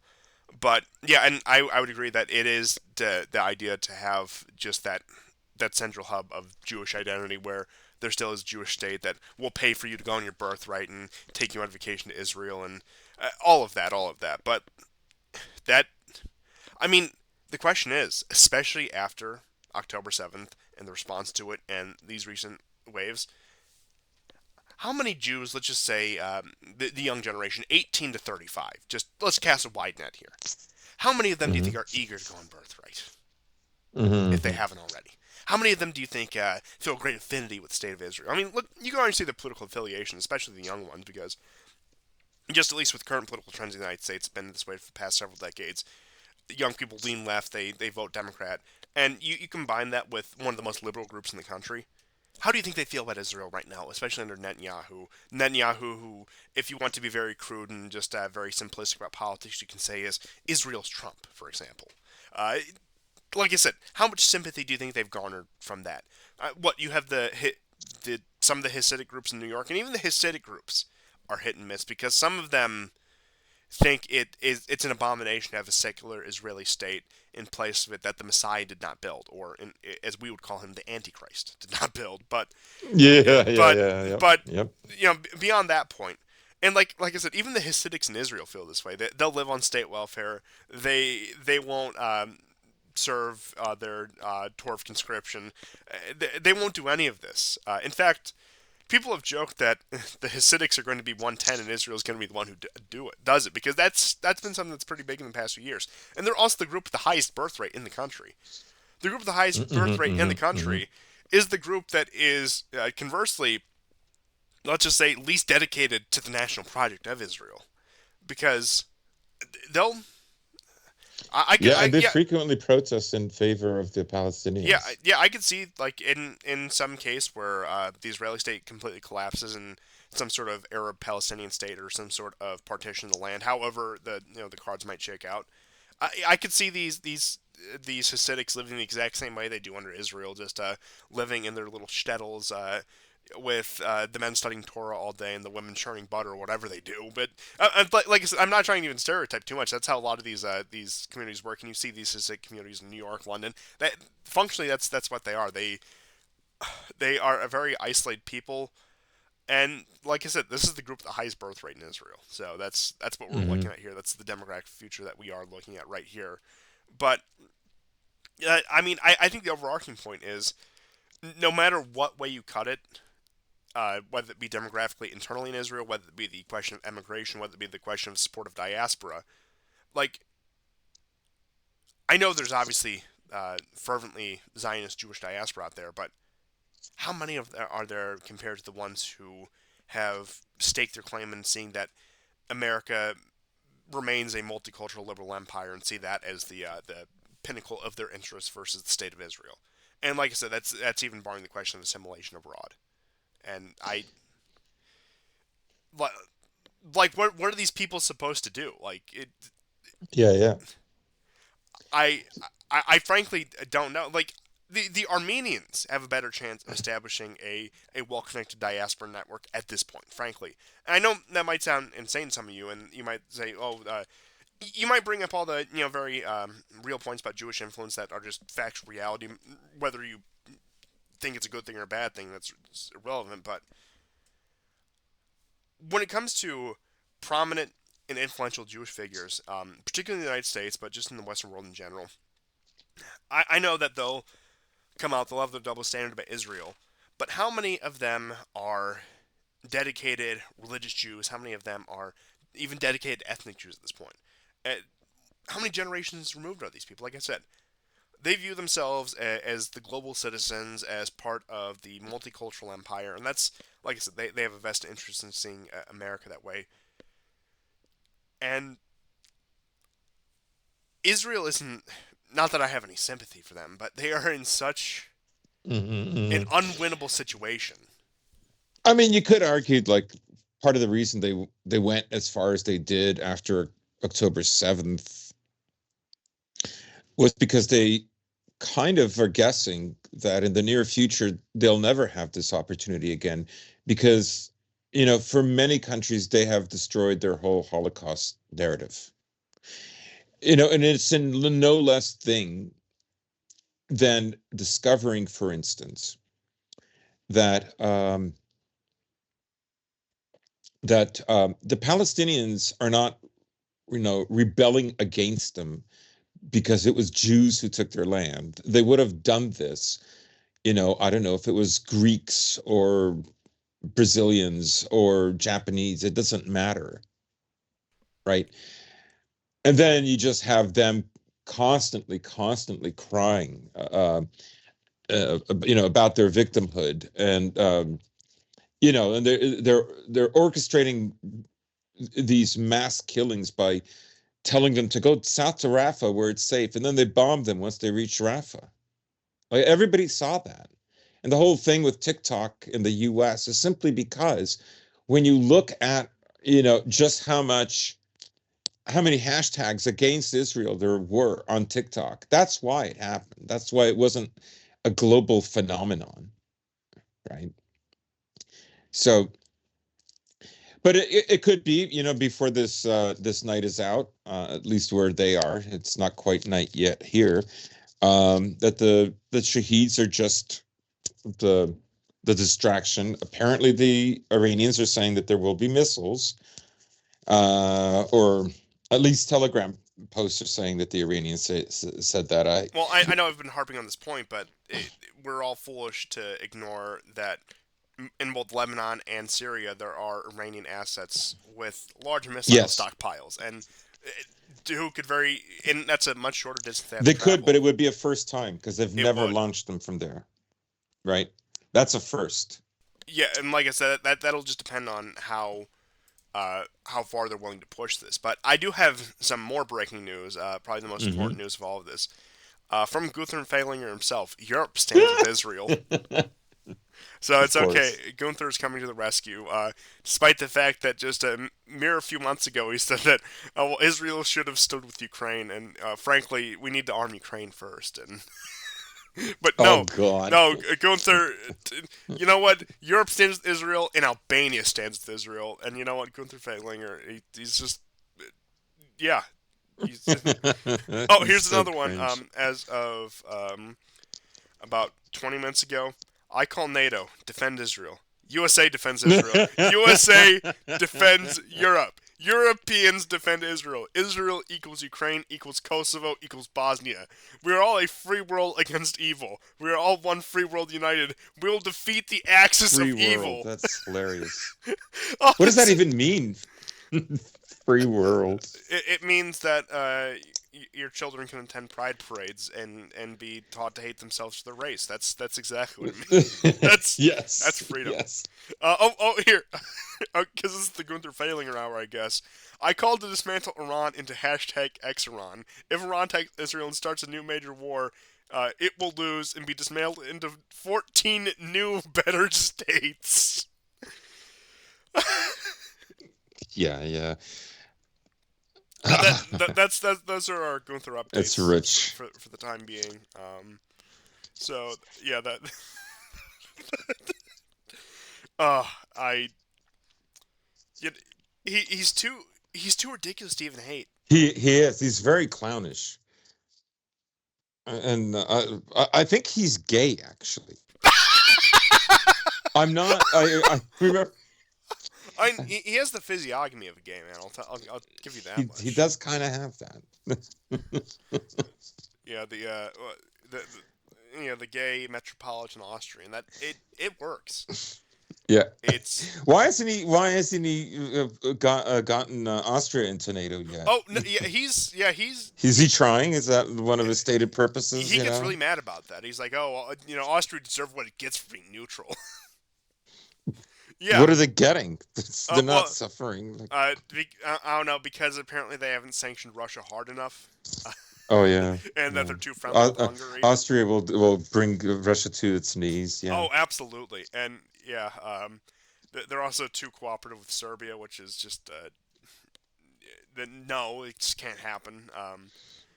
Bosnia in NATO, we need the you know, I don't like to bring Twitteranity in the show too much, but every once in a while this clip will go around of like some Albanian millionaires at Mansion where he has like his gates is the coat of arms of Albania, like with like two little maps like outline of the map of Albania.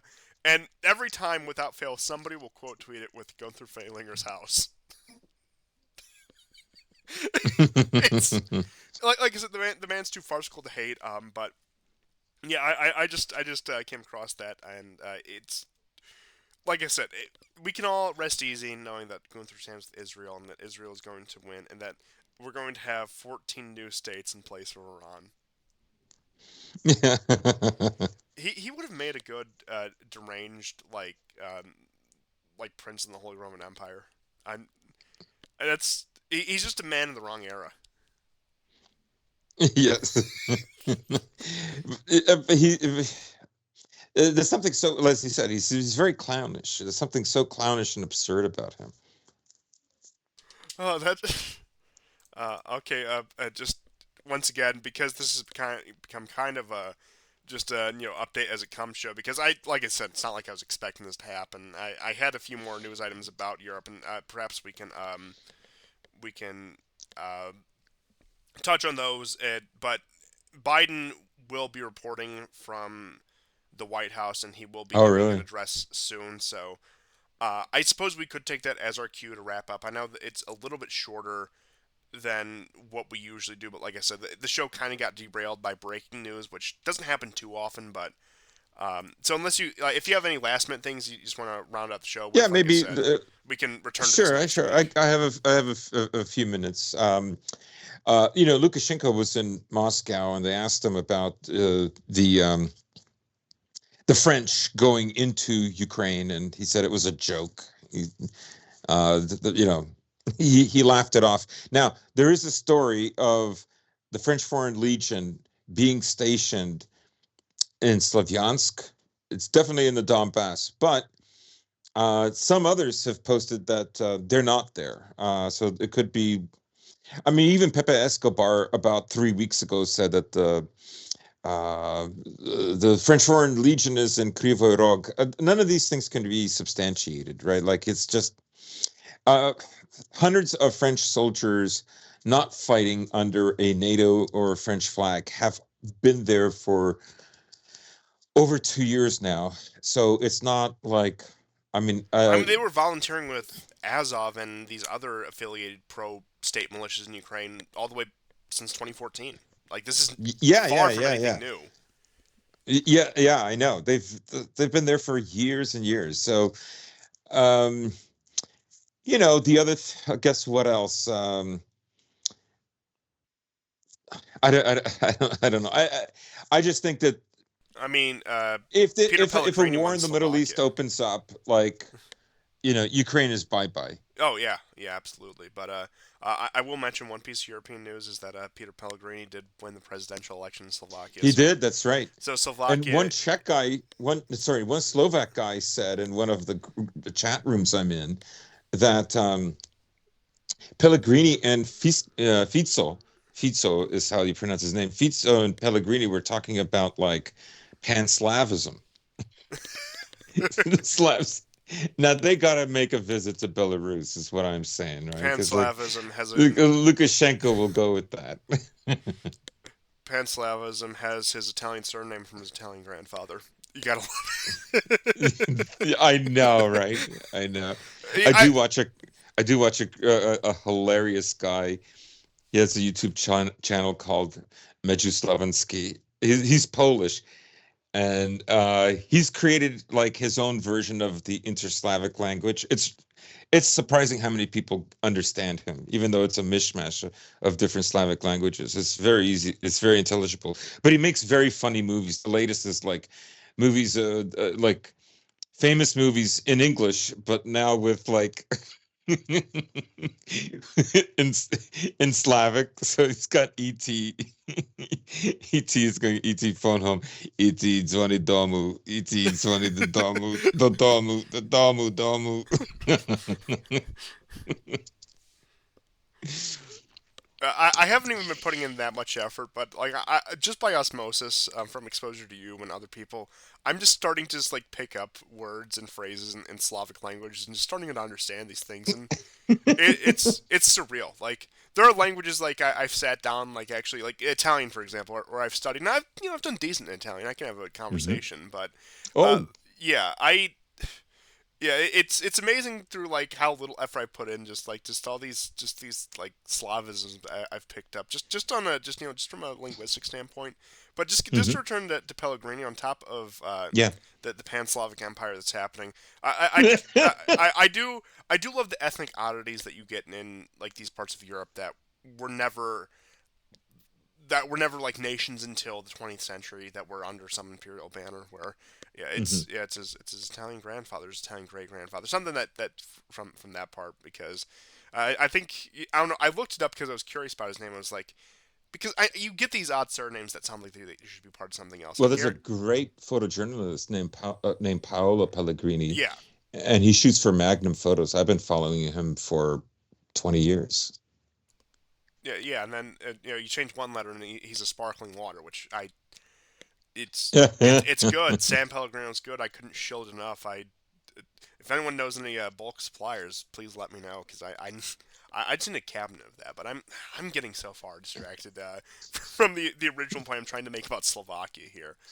But you have Slovakia, you have Hungary, and I know that they you now have two voices that can stifle these Mhm. more ridiculous moves of the European Union. Look, I know these are very small countries that, in terms of overall influence, it's really not that much, but I do think that it does provide something of a model for resistance in Europe. That Yeah. some sort of political pushback still is possible, and that especially if one of the major, I know Germany's coming down really hard on the AFD right now because they actually are like electorally viable and have stuck to the principles, unlike say the FDI in Italy, or even Front National, or uh, whatever they're calling themselves now in France, have capitulated a bit. But like I said, in terms of major countries that could actually affect change, the AFD, like I said, they are facing a severe amount of state pressure because, like I said,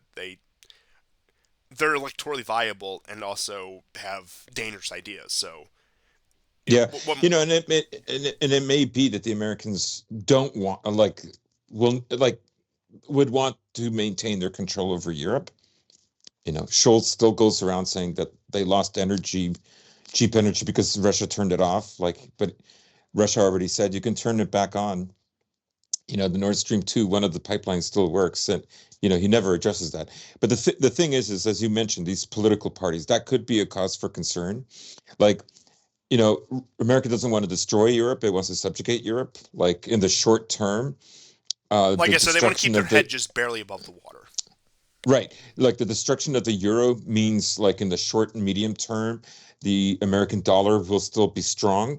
It was a necessary thing for them to destroy, like to completely weaken, make Europe irrelevant, in order to do that, because from 2008 to say 2012, things were not going in the direction that America wanted them to go in, right? The other thing is, the money that's being promised to Ukraine. The thing is, right, like, dollars to donuts. Um, all these world leaders, including, like, people in BlackRock, maybe BP, oil, they're told, like, look, we're going to destroy Russia. It's eventually going to get um, fractured, balkanized. This war has to happen in order for that to happen. We're going to ensure it happens, and you guys are going to get filthy rich, and you'll never have to worry about Russia or like Russia, Russians, and enjoying the profits of this. You'll have them. Um, there's a good chance that conversation took place, and maybe a lot of the money that, like, because it's a lot of skimming off the top. We talk about Ukrainians doing it, but we don't know if maybe those are just intermediaries, right? It could be that this 61 billion is there to pay off, various corporate interests that had heavily invested into Ukraine, that they were definitely going to get Ukraine, and eventually Russia would fold too. Um, Maybe this is a payoff for their investments, because a lot of this money can't buy the weapons because the weapons don't exist yet. No, and that's also been a big push in all this, and this is the final point I'll make before I wrap up, that they want to get manufacturing back online both in the US and Europe, just enough to provide the weapons in order to support Ukraine. And also the talk of the $100 billion Trump proof aid package NATO wants to put together. Oh yes, That's that's all part right. of it. But That's right. it's a matter of, like you said, getting the actual materials and the actual weapons and what they actually need to fight the war effort, and not just the cash to fund it. Because they had the money. It's just a matter of getting the actual resource. You had the Czech Republic trying to buy 800,000 shells from just various countries in the world. They were going to place in Africa, place in Latin America, just trying to get the munitions together there in order to support that. But well, it's ultimately money isn't the issue. It's actual raw resources and and the manufactured products. Those are the issues. Which Mm, it's a far worse position to be in because you can rack up debt, certainly, especially these days. yeah, But if the items you need do not actually exist, or you do not have the resources to make them, you are in a far more dire situation with that. that's right. It's still too expensive for America to become like a manufacturing hub. Oh And yeah, with this war, even you have countries like Saudi Arabia, Qatar, Jordan, like they're saying you can't use their bases. Turkey is the latest one. Um, so there is a kind of unification there that's happening. It's not very strong, but there are kind of red lines. Um, you know, um, the point is to not overreact. I mean, for the resistance side, it's not to be goaded into something that you could lose very quickly, yeah. because it's That's about sustaining a long-term war, is where the West has not, recreated itself in order to maintain that, because its financialized economy won't allow it. no, and that's also it would create far much more of a base for the American heartland than they're willing to at this point. So it's really Yeah, they've worked themselves into an impossible situation with that. yeah, yeah, And that's all I had for this week. And I suppose we'll have more update depending on how fast the news yeah, moves and how our schedules work out. We'll yep, find. Oh, don't worry. We'll certainly be back sooner yeah. rather We'll than keep you later. guys posted. But thank you everyone for tuning in, and have a good one. Take care. God bless.